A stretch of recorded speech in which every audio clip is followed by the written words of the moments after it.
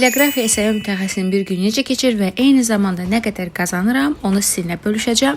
Əvvəlcə səhər oyandım, bank hesabıma baxdım, gördüm ki, yatdığım yerdə 3 müştəri ödəniş edib, 2 nəfər də kursa yazdım. Meta reklamlarım da həmişəki kimi öz-özünü optimizasiya edir. Sonra yuxudan oyanıram təbii ki. Eyni zamanda qeyd edeyim ki, bura Fiore Dizayn Akademiyadır. Əgər təlim, masterclass, workshop və ya digər tədbirlərinizi keçirmək istəsəniz, çox rahat, səliqəli bir məkandır. Ünvanı isə artıq sizin üçün qeyd edəcəm. Instagram səhifələrinə də yaza bilərsiniz. Gül mənə çayımı süzür. Burada da Azər çayın reklamı gedir.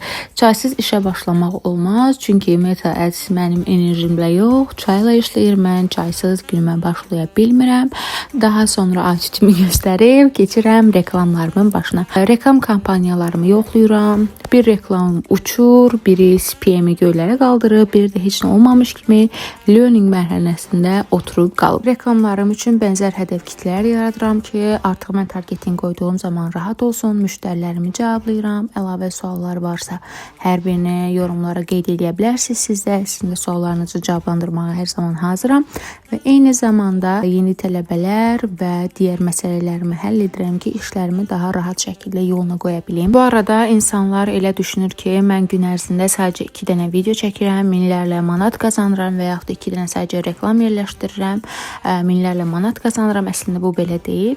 Təxminən bu ay ərzində 18.000 manat pul qazanmışam desəm mənə inanmayın, çünki bu tamamilə yalandır. Səhifəm üçün bir neçə story və reels çəkirəm. Tələbəm Fatimə xanım mənə yazır ki, reklamında problem var. Mən isə deyirəm, ofisdəyim, sizdən yaxınlaşa bilərsən və o mənim yanıma gəlir, deyir ki, reklam işləmir. Baxırıq ki, reklam hesabları elə qarışıb ki, Meta özü də hansıdır bilmir.